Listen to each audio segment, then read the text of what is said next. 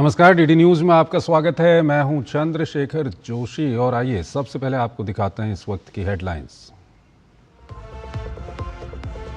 प्रधानमंत्री ने की भारतीय एआई स्टार्टअप्स के साथ बैठक की अध्यक्षता। 12 एआई स्टार्टअप्स के साथ भविष्य पर चर्चा। सफलता के लिए सरकार देगी पूरा समर्थन। नैतिकता और पारदर्शिता को अपनाने पर जोर।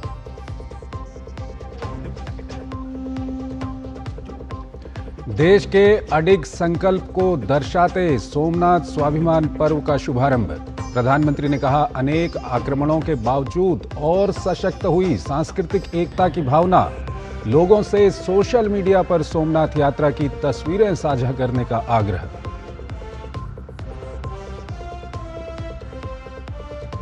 आईपैक के परिसरों पर ईडी की छापेमारी से चढ़ा राजनीतिक पारा। ममता बनर्जी के खिलाफ जांच में बाधा डालने का आरोप। ईडी ने हाईकोर्ट में दायर की याचिका।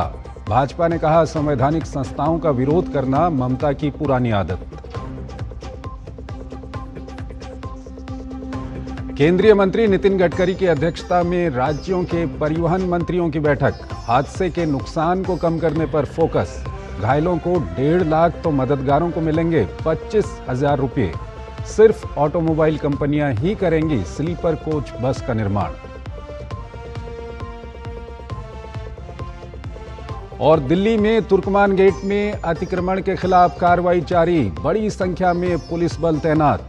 पत्थरबाजी के आरोप में पहचाने गए 30 लोगों की गिरफ्तारी। जगह जगह हो रही छापेमारी। और आइए अब खबरों को विस्तार से देखते हैं। प्रधानमंत्री नरेंद्र मोदी ने आज भारतीय एआई स्टार्टअप्स के साथ एक राउंड टेबल बैठक की अध्यक्षता की। इंडिया एआई इम्पैक्ट समिट 2026 में AI for all global impact challenge के लिए चयनित 12 भारतीय एआई स्टार्टअप ने अपने विचार और कार्य प्रस्तुत किए। ये स्टार्टअप्स स्वास्थ्य सेवा, बहुभाषी LLMs, data analytics, engineering, simulation जैसे विविध क्षेत्रों में काम कर रहे हैं। प्रधानमंत्री मोदी ने इस बात पर जोर दिया कि स्टार्टअप्स और एआई एंटरप्रेन्योर भारत के भविष्य के सह निर्माता हैं और कहा कि देश में नवाचार और बड़े पैमाने पर कार्यान्वयन की अपार क्षमता है। उन्होंने आगे कहा कि भारत को दुनिया के सामने एक ऐसा अनूठा एआई मॉडल प्रस्तुत करना चाहिए जो made in India, made for the world की भावना को दर्शाता हो। प्रधानमंत्री ने कहा कि भारत पर दुनिया का विश्वास ही देश की सबसे बड़ी ताकत है। उन्होंने ये सुनिश्चित करने की आवश्यकता पर बल दिया कि भारतीय एआई मॉडल नैतिक, निष्पक्ष, पारदर्शी और डेटा प्राइवेसी सिद्धांतों पर आधारित हों। प्रधानमंत्री ने सुझाव दिया कि भारतीय एआई मॉडल को स्थानीय और क्षेत्रीय भाषाओं को बढ़ावा देना चाहिए। प्रधानमंत्री ने समाज में परिवर्तन लाने में एआई के महत्व पर भी प्रकाश डाला। उन्होंने कहा कि भारत अगले महीने इंडिया एआई इम्पैक्ट समिट की मेज़बानी करेगा, जिसके माध्यम से देश टेक्नोलॉजी के क्षेत्र में महत्वपूर्ण भूमिका निभाएगा। प्रधानमंत्री मोदी ने स्टार्टअप्स के एआई मॉडलों की सफलता के लिए सरकार की ओर से पूर्ण समर्थन का भी आश्वासन दिया। वहीं स्टार्टअप्स ने एआई इकोसिस्टम को आगे बढ़ाने के लिए भारत की मजबूत प्रतिबद्धता की सराहना की। स्टार्टअप प्रतिनिधियों ने कहा कि भारत अब एआई विकास के लिए एक मजबूत और अनुकूल वातावरण प्रदान करता है, जिससे देश वैश्विक एआई मानचित्र पर मजबूती से स्थापित हो गया है। अगली खबर की ओर आपको लिए चलते हैं। कोयला तस्करी मामले में प्रवर्तन निदेशालय ईडी की कार्रवाई को लेकर पश्चिम बंगाल में सियासी घमासान तेज हो गया है। जांच में बाधा डालने के आरोपों को लेकर ईडी ने कलकत्ता उच्च न्यायालय का रुख किया है। इस मामले में न्यायमूर्ति शुभ्रा घोष की पीठ में कल सुनवाई होगी। ईडी का कहना है कि पूरी तलाशी प्रक्रिया कानूनी प्रावधानों और स्थापित सुरक्षा उपायों के तहत की गई है और एजेंसी कानून के अनुसार अपनी जांच जारी रखेगी। दरअसल ईडी मुख्यालय यूनिट ने मनी लॉन्ड्रिंग निवारण अधिनियम PMLA के तहत कोयला तस्करी सिंडिकेट से जुड़े मामलों में 10 ठिकानों पर तलाशी अभियान चलाया। इनमें पश्चिम बंगाल में 6 और दिल्ली में 4 परिसर शामिल हैं। ईडी ने कहा कि तलाशी अभियान शांतिपूर्ण तरीके से चल रहा था, लेकिन मुख्यमंत्री ममता बनर्जी के पुलिस बल और राज्य प्रशासन के अधिकारियों के साथ मौके पर पहुंचने के बाद स्थिति बिगड़ गई। एजेंसी का आरोप है कि इस दौरान 2 परिसरों से महत्वपूर्ण दस्तावेज और इलेक्ट्रॉनिक साक्ष्य जबरन हटाए गए, जिससे जांच में बाधा उत्पन्न हुई। ईडी ने स्पष्ट किया है कि यह कार्रवाई पूरी तरह साक्ष्य आधारित है और इसका किसी भी राजनीतिक दल या चुनाव से कोई संबंध नहीं है। केंद्रीय महिला एवं बाल विकास मंत्री अन्नपूर्णा देवी ने महिलाओं और बच्चों के विकास के लिए साझेदारी को मजबूत करने के लिए पंखुड़ी पोर्टल का शुभारंभ किया। महिला और बाल कल्याण के क्षेत्र में सामाजिक सहभागिता को मजबूत करने की दिशा में ये एक महत्वपूर्ण पहल है। इस अवसर पर महिला एवं बाल विकास राज्य मंत्री सावित्री ठाकुर और मंत्रालय के सचिव अनिल मलिक भी मौजूद रहे। पंखुड़ी पोर्टल के माध्यम से अब व्यक्ति, NRI, गैर सरकारी संगठन और कॉरपोरेट संस्थान एक साझा मंच पर जुड़कर महिला और बाल विकास से जुड़ी योजनाओं में सक्रिय सहयोग कर सकेंगे। एक छोटा सा ब्रेक लेते हैं और उसके बाद खबरों का सिलसिला जारी रहेगा। टिंग टिंग, आपके लिए एक फेस्टिवल ऑफर है। QR कोड स्कैन करो, UPI पिन डालो और 10,000 रुपए आपके बैंक अकाउंट में। पिन डालूंगा तो पैसा खट से आएगा नहीं, झट से कट जाएगा। मैं मूर्ख नहीं हूँ। तालियां। UPI कहता है UPI पिन पैसे भेजने के लिए होता है, पाने के लिए नहीं। इस बात को याद रखें और कहें, मैं मूर्ख नहीं।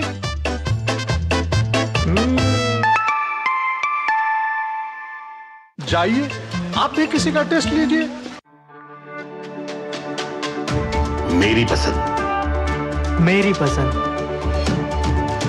मेरी पसंद, मेरी पसंद, हमारी पसंद, हम सबकी पसंद। मजबूत देश का मजबूत सरिया हो गया स्टील। LIC युवा प्रोफेशनल्स के लिए लाए हैं नवजीवन श्री। करें नियमित प्रीमियम का भुगतान, जीवन बीमा का आनंद लें। प्राप्त करें प्रीमियम के प्रतिशत पर गारंटीकृत एडिशंस। अपने वित्तीय लक्ष्यों के अनुरूप मैच्योरिटी पर गारंटीकृत धनराशि पाएं। मौजूदा पॉलिसी धारकों के लिए आकर्षक अतिरिक्त लाभ। आज ही खरीदें।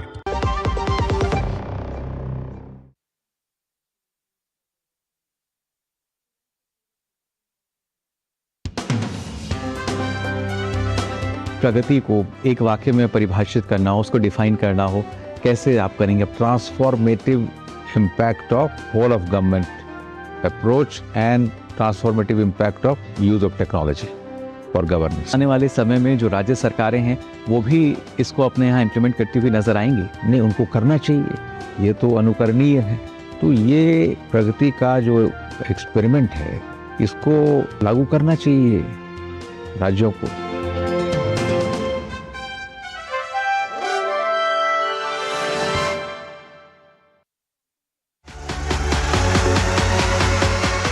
देश की पहचान उसकी संस्कृति से होती है और हमारी संस्कृति में साड़ी एक अभिन्न अंग है। और इसी संस्कृति को, इसी परंपरा को नए आयाम दिए हैं हमारी आज की तेजस्विनी, जो ऐसी महिला हैं जिन्हें विश्व में सबसे तेज साड़ी ड्रेपिंग आर्टिस्ट के रूप में पहचाना जाता है। कभी भी मैंने नहीं सोचा था कि साड़ी को इस मुकाम तक ला सकूंगी या इतना बड़ा बना सकूंगी या इसमें कभी करियर बन सकता है। सोच की जरूरत है, शिद्दत, मेहनत और रिलीजियस हार्ड वर्क की।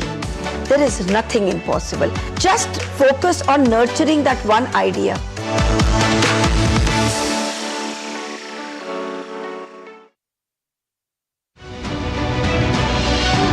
सप्ताह के अंत में जब आपके पास होता है समय, तो यही है अवसर राजनीतिक तापमान को मापने का। पक्ष विपक्ष, आरोप प्रत्यारोप को जानने का, सच झूठ को पहचानने का। देखिए राष्ट्रमंच, बड़ा विषय, बड़ी बहस। शनिवार और रविवार शाम 5 बजे सिर्फ DD न्यूज पर।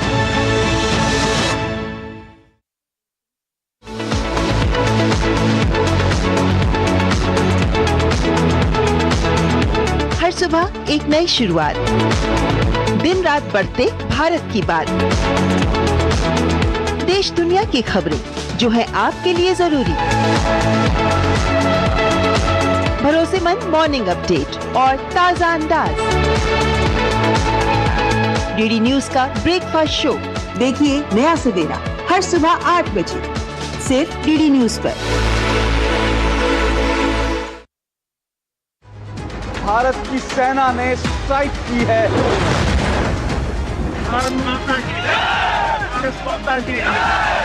जो सच है हम वही दिखाते हैं। किस तरह की चुनौतियां हमारी रेस्क्यू टीम को आ रही हैं। शोर सनसनी नहीं, भरोसा जगाते हैं। एजेंडे की दौड़, ब्रेकिंग की होड़ यहां नहीं होती। होती है तो बस देश की बात। गांव, गरीब, किसान, युवा के साथ नारी शक्ति की, भारत के हर कोने की आवाज, दुनिया में देश के परचम की बात, देश की धड़कन, भरोसा देश का। डीडी न्यूज, भरोसा सच का। झूठ से भी खतरनाक होता है अधूरा सच, और वैसे ही खतरनाक होती है अधूरी खबर, क्योंकि हर खबर के साथ जुड़ा होता है उसका इतिहास, वर्तमान और भविष्य। देखिए हर बड़ी खबर जिसमें होगा तथ्य, तर्क और सबूत। देखिए पूरा सच प्रखर श्रीवास्तव के साथ सोमवार से शुक्रवार शाम 7:30 बजे सिर्फ डीडी न्यूज पर।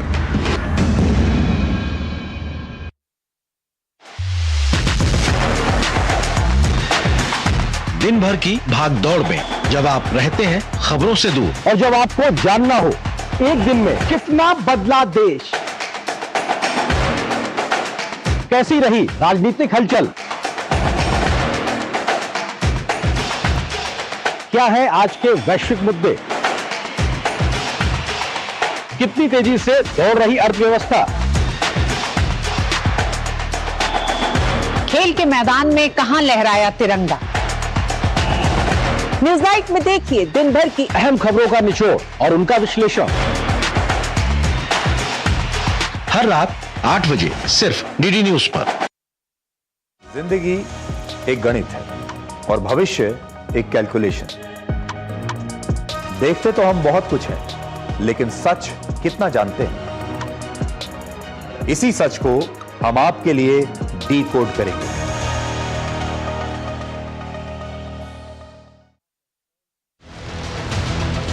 वक्त बदला है, तेवर नहीं, दो टूक कहने का है अंदाज वही। न फेक एजेंडा की बिसात, न झूठ का जाल, सिर्फ तथ्य, तर्क और तीखे सवाल।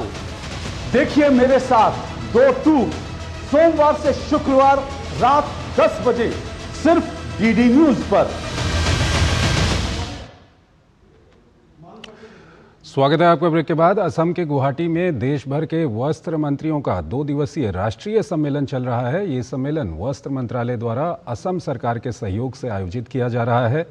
इस मौके पर केंद्रीय मंत्री गिरिराज सिंह ने पारंपरिक और आधुनिक उत्पादों की एक प्रदर्शनी का उद्घाटन किया।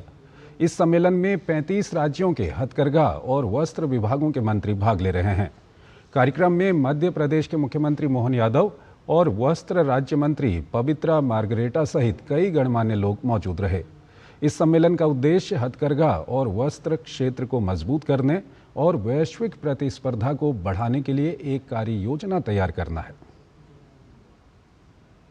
आसाम, ये नॉर्थ ईस्ट को हमने टारगेट किया है कि नॉर्थ ईस्ट का हैंडलूम और हैंडीक्राफ्ट ये बहुत बड़ी ताकत है, और पूरे देश का आधी ताकत हैंडलूम और हैंडीक्राफ्ट का अगर है तो नॉर्थ ईस्ट, और नॉर्थ ईस्ट को बेस मान करके एक पायलट प्रोजेक्ट भी हमने गुवाहाटी में शुरू की है, जो पूरे नॉर्थ ईस्ट में उसको लागू की जाएगी। हमारा लक्ष्य है कि 7 करोड़ रोजगार देने का, 6.5 करोड़ से 7 करोड़ 30-31 तक। उस लक्ष्य की प्राप्ति के लिए राज्यों के साथ मिलकर के 2 दिनों का ये चिंतन बैठक है। भारतीय विशिष्ट पहचान प्राधिकरण UIDAI ने आधार शुभंकर उदय लॉन्च किया है। इसका उद्देश्य आधार सेवाओं को आम नागरिकों के लिए सरल और अधिक जन अनुकूल बनाना है।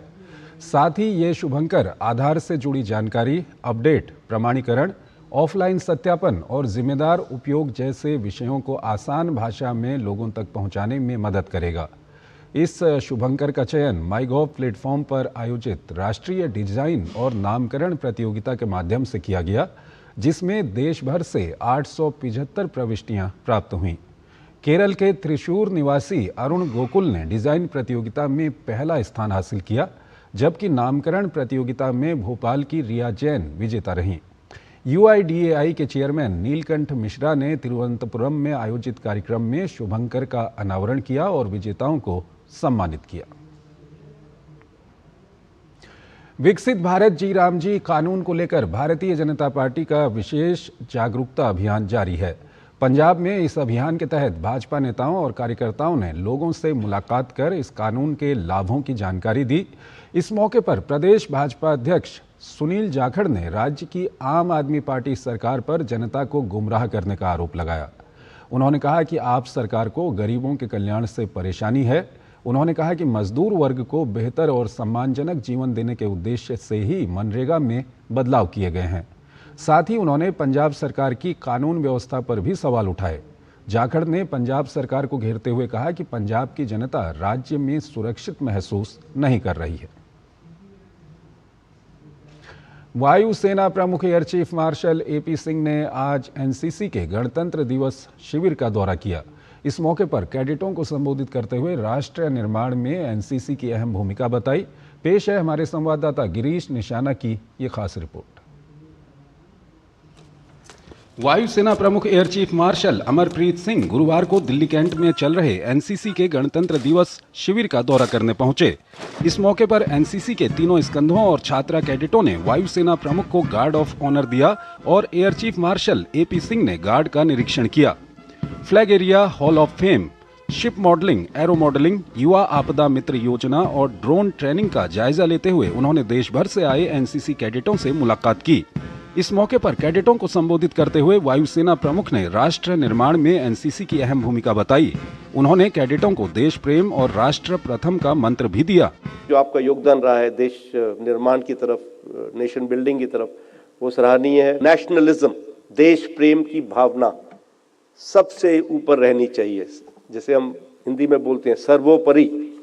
आपके लिए कुछ भी हो, कुछ भी आप बन जाओ जिंदगी में, किसी भी मुकाम हासिल कर लो, कितने भी पैसे कमा लो, कहीं पे भी आपका नाम हो, लेकिन आपके मन में एक क्वेश्चन होना चाहिए कि मैं देश के लिए क्या कर रहा हूं या क्या कर रही हूं।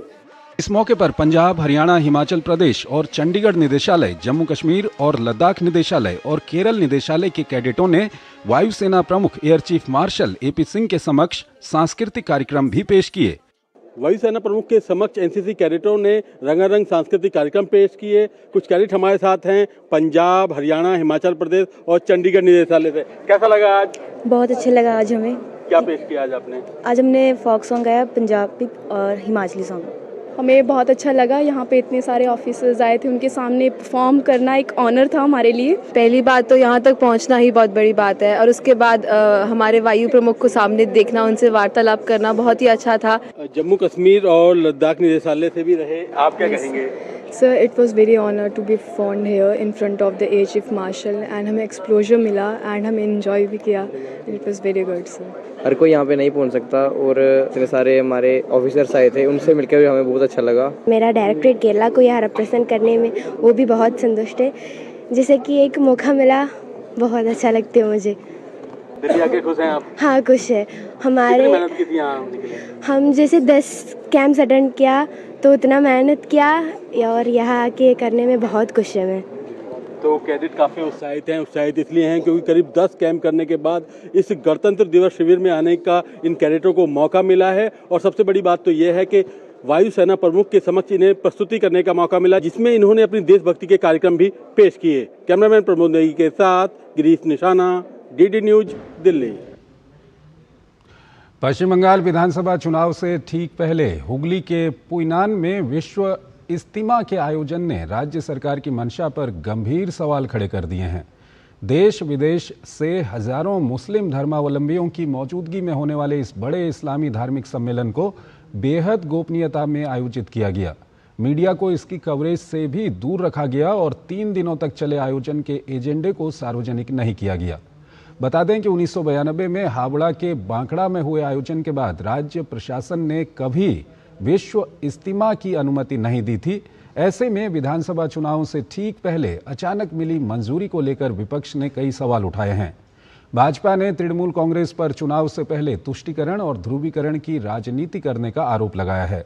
भाजपा प्रवक्ता देबजीत सरकार ने गंगासागर मेले के समय इज्तिमा के आयोजन को तृणमूल की विभाजनकारी राजनीति का प्रमाण बताया है।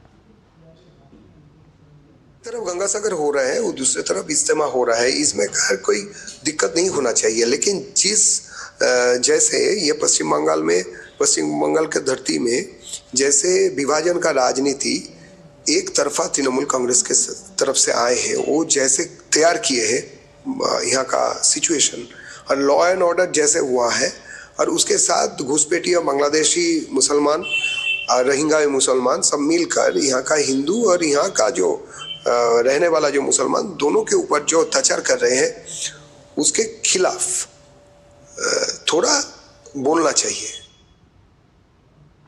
कर्नाटक के मुख्यमंत्री सिद्धरमैया सबसे ज्यादा ऋण लेने वाले मुख्यमंत्री बन चुके हैं।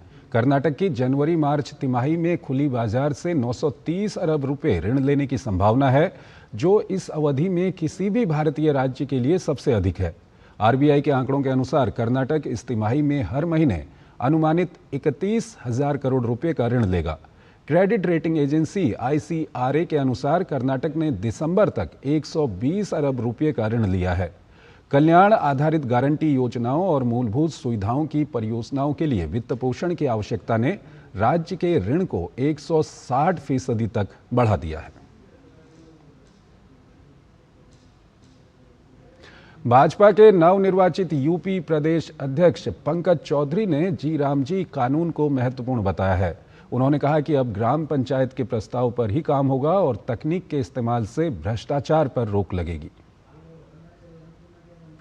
पहले बिल था जो मनरेगा का बिल था, उसमें बहुत त्रुटियां थी। इस बार जी राम जी में हम लोगों ने वो व्यवस्था किया है कानूनी रूप से कि 125 दिन का काम उनको देना ही पड़ेगा। मोदी जी का विजन है कि विकसित गांव से विकसित राष्ट्र बनाना। इस अधिनियम में राज्यों को अधिकार दिया गया है कि जो मैंने पहले बताया कि वो 60 दिन तक अपना काम को रोक करके और खेती के समय काम को बंद किया जाए, ताकि किसानों को, मजदूरों को जो 125 दिन का कार्य मिले और किसानी के समय किसानों का काम करके भी उसका लाभ उनको प्राप्त हो सके।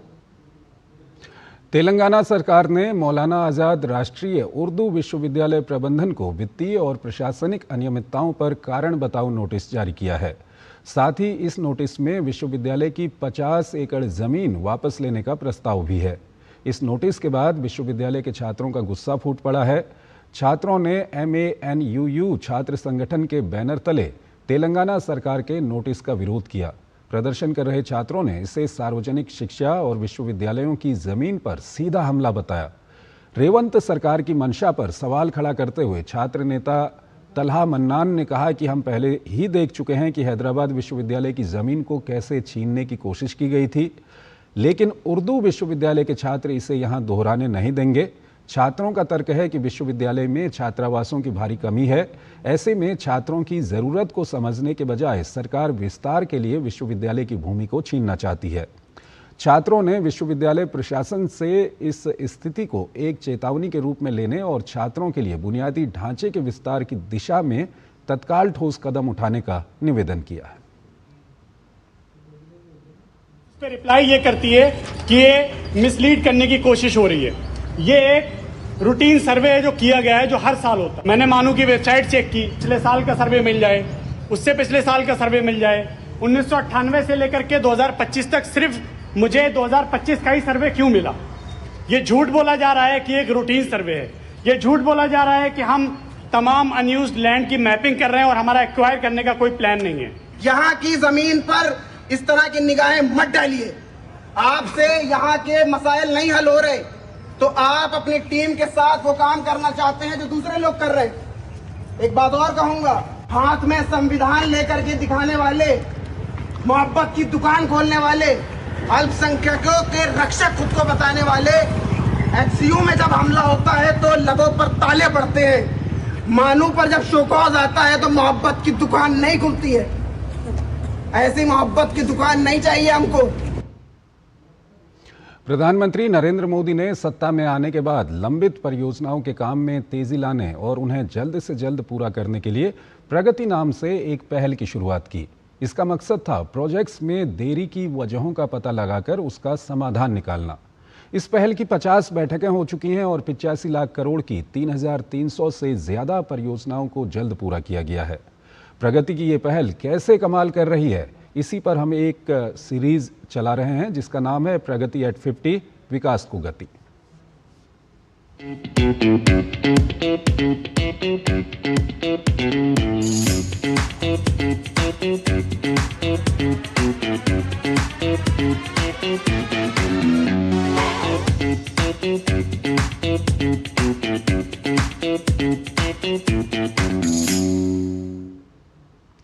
प्रगति सिर्फ एक नाम नहीं बल्कि पीएम मोदी की अगुवाई में वो पहल है जो अब एक क्रांति बन चुकी है।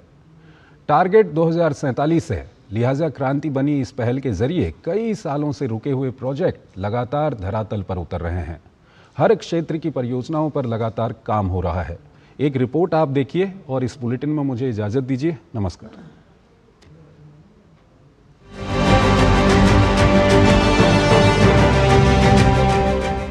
प्रधानमंत्री नरेंद्र मोदी के नेतृत्व में प्रगति पहल की वजह से देश भर में विकास की पटरियां बिछाई जा चुकी हैं। प्रगति आज एक ऐसा प्लेटफॉर्म बन चुका है जहां बड़े बड़े प्रोजेक्ट्स पर काम लगातार आगे बढ़ रहा है।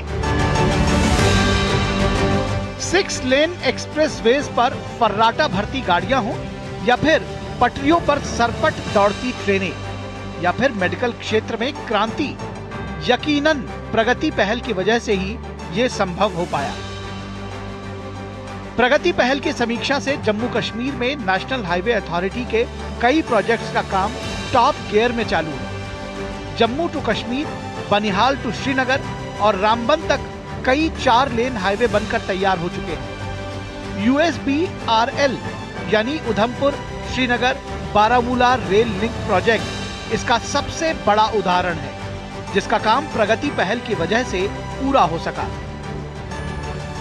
प्रगति में हमारे भी कुछ इंफ्रास्ट्रक्चर प्रोजेक्ट्स का डायरेक्ट रिव्यू होता था by the honourable prime minister, जिसमें सबसे इम्पोर्टेंट प्रोजेक्ट जो 4 laning of national highway authority of India का प्रोजेक्ट था, जो हमारे रामबन में नाशरी से लेकर रामबन बानिहाल तक का 66 किलोमीटर्स का बड़ा treacherous, probably the most treacherous of all stretches in the entire country, उसमें मेजर काम हुए। मुझे ये बहुत खुशी है आपके साथ शेयर करते हुए कि उसमें मोर देन 8.6 किलोमीटर लॉन्ग जो नवयुगा बानिहाल टनल है वो कंप्लीट हुआ। प्रगति पहल का ही नतीजा है कि तुमकुर रायदुर्ग और तुमकुर दावणगेरे रेलवे प्रोजेक्ट्स के धरातल पर उतरने की रफ्तार आपकी सोच से परे है। ये दोनों प्रोजेक्ट्स कर्नाटक और आंध्र प्रदेश में हैं। वो दिन दूर नहीं जब विकास की रेल इन पटरियों पर तेजी से गुजरती हुई दिखाई देगी। ट्रेन चलने से इन क्षेत्रों के बीच कनेक्टिविटी बढ़ेगी और यात्रा का समय कम होगा। प्रगति पहल की वजह से ही नेशनल हाईवे प्रोजेक्ट से जुड़े जमीन के मुद्दों को प्राथमिकता के आधार पर सुलझाया गया। जिले में 1700 एकड़ जमीन पर इंटरनेशनल क्रिकेट स्टेडियम के निर्माण के लिए शिलान्यास किया गया।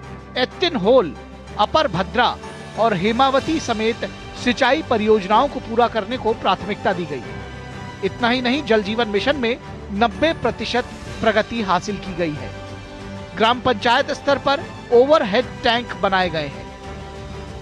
रायदुर्ग ಮತ್ತು ತುಮಕೂರು ದಾವಣಗೆರೆ पिछले 2 सालों में तुमकुरू रायदुर्गा और तुमकुरू दावणगेरे रेलवे प्रोजेक्ट के लिए लगभग 500 एकड़ जमीन अधिग्रहित करके रेलवे को सौंप दी गई है।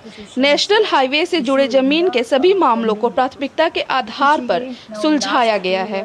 इसके साथ ही जिले में 1700 एकड़ जमीन पर अंतर्राष्ट्रीय क्रिकेट स्टेडियम के निर्माण का शिलान्यास भी हो चुका है।